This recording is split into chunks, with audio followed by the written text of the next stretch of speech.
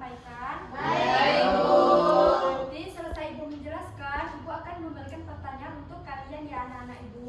Iya, Bu. Nah, di sini Ibu mulai saja materi Ibu yang berjudul indahnya berperilaku terpuji ketika bertamu. Mungkin judulnya sama pertama Ibu sama dengan Ibu apa itu? Ibu Mirna judulnya karena tidak tahu, soalnya Ibu tidak tahu juga kenapa bisa sama gitu. Baiklah, Ibu akan menjelaskan yang poin ada yaitu adab bertamu. Ketika kita anak-anak Ibu pasti Ibu yakin pernah berkunjung seperti rumah kerabat, saudara atau teman, atau berkunjung untuk menjenguk orang sakit atau memberikan makanan. Poin yang pertama yaitu adab tamu. Anak-anak Ibu harus tahu ya, pertama ada beberapa adab tamu. Yang pertama adab tamu yaitu mengucap salam. Ketika kita mengucap salam, ketika kita bertamu ke rumah orang, hendaknya kita mengucap salam kepada tuan rumah, yang artinya salam yaitu mendoakan tuan rumah. Adab tamu yang kedua yaitu kita meminta izin masuk. Ketika kita bertamu, hendaknya kita mengucap salam dan meminta izin masuk. Kan kita tidak tahu di dalam rumah tuan rumah tersebut tengah istirahat atau tidak bisa diganggu. Nah, itu tadi adab tamu yang kedua. Adab tamu yang ketiga, posisi berdiri tidak boleh menghadap pintu masuk. Ketika kita mengetuk pintu, mengucap salam hendaknya membelakangi pintu. Tidak boleh menghadapi depan pintu, melalui pintu terbuka. Jadi apalagi sampai mengintip jendela.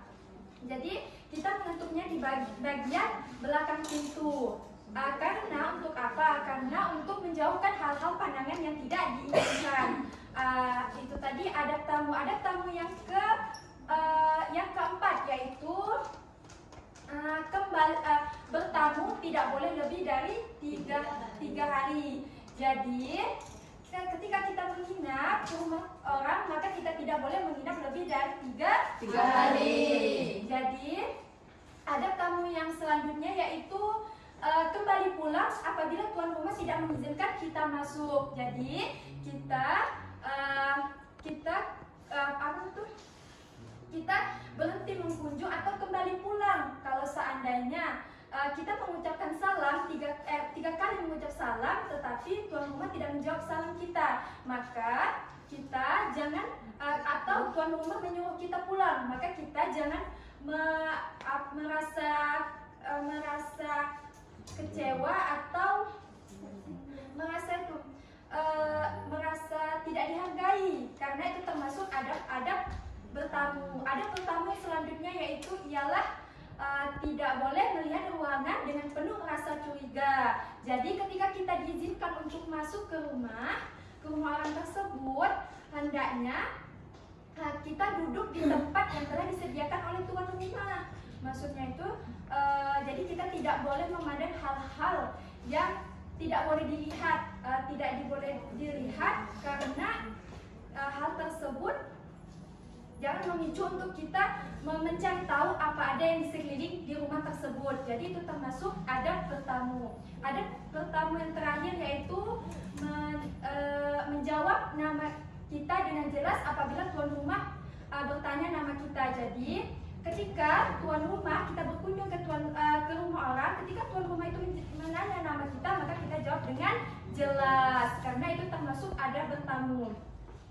Poin B-nya yaitu adab menerima tamu. Jadi anak-anak Ibu bukan hanya adab tamu yang ada, juga ada adab menerima tamu. Adab menerima tamu yaitu kita harus memuliakan tamu kita. Yang kedua, adab menerima tamu yang kedua yaitu kita jangan menunggu tamu kita datang, tetapi kita harus menyediakan, lebih baik kita menyediakan makanan atau memasak gitu. Yang ketiga yaitu kita jangan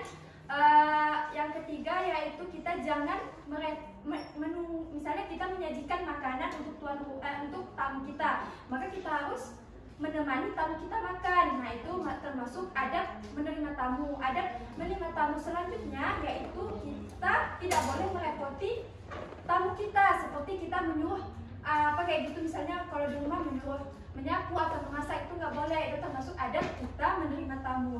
Yang terakhir, adab menerima tamu yang terakhir yaitu kita ketika tamu kita pengen pulang, hendaknya kita mengantar langsung di depan pintu, karena itu termasuk adab kita menerima tamu. Tidak boleh misalnya tamu kita pengen pulang lalu kita tunggu di dalam rumah, tidak boleh, tapi kita harus mengantarnya langsung di depan pintu. Nah, itulah tadi adab-adab menerima tamu. Poin C-nya yaitu waktu yang tidak tepat, waktu bertamu. Jadi menjalin silaturahmi merupakan ibadah yang sangat banyak manfaatnya. Tetapi ada waktu yang tidak tepat untuk bertamu, ada waktu yang tepat untuk bertamu, dan ada waktu yang tidak tepat untuk bertamu. Ada waktu yang tidak tepat untuk bertamu yang pertama ketika setelah selesai sholat, sebelum sholat subuh. Yang kedua yaitu ketika